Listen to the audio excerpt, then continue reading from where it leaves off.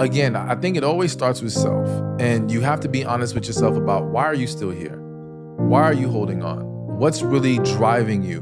Because just use an example, let's say you're a woman and the only reason why you're holding on to this guy is because he's a nice guy.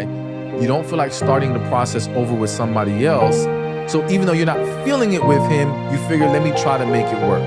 You're wasting your time. This is where you're setting yourself up for disaster every single time. So if it's not born out of a true connection, love, a genuine desire, you really like this individual, of course, there's always things we have to work through, but is the foundation strong enough for us to say, okay, we can make something special here? And I think once we are honest with ourselves, that kind of helps answer the question, because sometimes we get so caught up trying to analyze the other individual, get in our heads, and now we're missing the mark on what's really important here. And we can't always say for sure what's going on with them. I will say that in general, if this person isn't willing to talk about things, they're wasting your time. If they're not willing to address or correct things that have been talked about, they're wasting your time.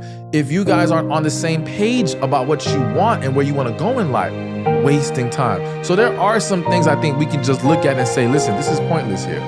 But a lot of times, and I have to say this, especially for women, women's intuition is extremely powerful. I'm a huge believer in it. And I feel like women know very early, this isn't it. But they rationalize reasons to convince themselves to give this man a chance.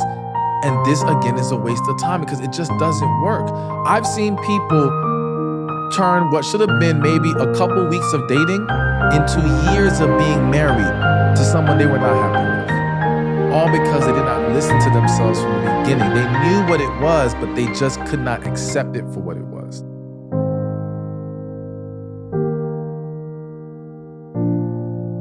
If you're presenting your representative, then this is not a real connection. This is them falling for that person that you're presenting, but that's not real. So to me, you should be already being yourself. But with that person you have a connection with, it's a more natural flow. We don't have to force it. We just feel so much more comfortable around them. I think in addition to that is when you find yourself all caught up in the moment and caught up in that chemistry, again, you have to ask yourself, what am I really attaching myself to?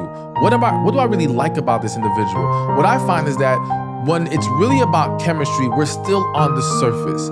You don't really know about them yet. You just know you guys had a good time. Maybe you had fun at this event. You guys were able to talk about a lot of different things, which is great, which is gonna also be important if there is a connection. However, do you even know what kind of relationship they want? Do you know what kind of life they wanna live? You know, are you guys really on the same page? I think connection is our paths align, our purposes align. So for us to align, we have to have a deeper understanding of where we're headed and can we head there together? So that's why I think though you may feel it or you may have to do your due diligence to dig deeper to find out, okay, is this just I got caught up on the surface or there is something real here? Ask enough questions because I think that's the other big problem. We have this experience where we feel this chemistry, we're so excited, and now we're afraid to ask questions because we don't want to blow up the fantasy. Believing this is great, so let me not ask anything. Let me not run this person away. Let me not rock the boat. But that's going to be what tells us if this is real or not. And that's why it's so important for us to know who we are so that we can present the real from the jump.